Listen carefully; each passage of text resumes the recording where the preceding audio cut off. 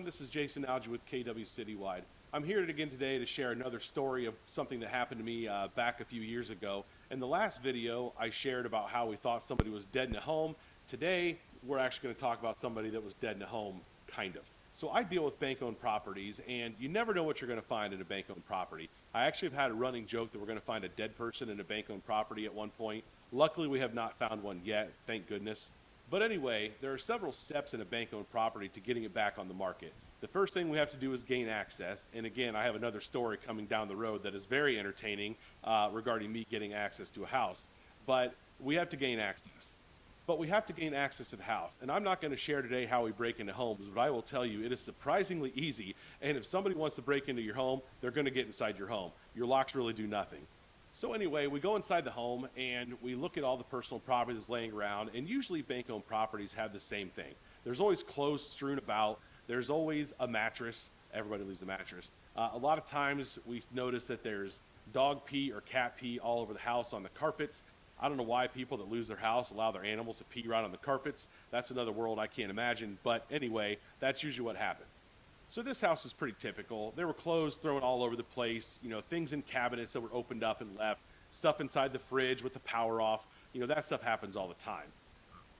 But after we go through the house, we order a trash out. And that is exactly what you think it is. A trash out company comes and they throw everything inside the house away. Sometimes they even take the carpet, they take the appliances, anything that's inside the house that's loose, they will get rid of.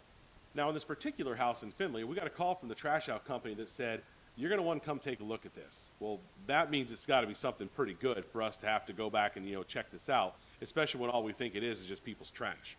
So we get to the house and they show us this cardboard box, and inside the cardboard box was another box that actually held cremated remains of a person. Now, this is obviously a problem. Now, a lot of times with bank-owned properties, the person that loses the house has no family, and if they pass away, there's no one there to pay the mortgage or take over the estate, and so the house just ultimately goes back to the bank after several months. Well, in this case, we believe the person died, lost the house, but his wife was still in the house, and we had to figure out what to do with her. So we called her grandma, that was her name for the time that we had her, and we took her back to the office and we started trying to figure out what to do. Well, so on the box, there was actually information for the crematorium where she was cremated. I did have to look it up to make sure crematorium was the right word. It sounded right to me, but I had no idea what they called a place like that.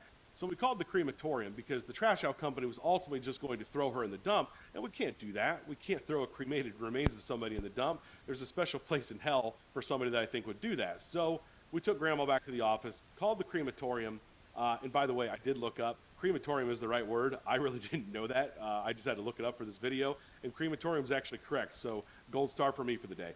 Anyway, the crematorium didn't really want her, neither did we. Like, what do we do? So graciously enough, they accepted her back. We shipped grandma back to the crematorium.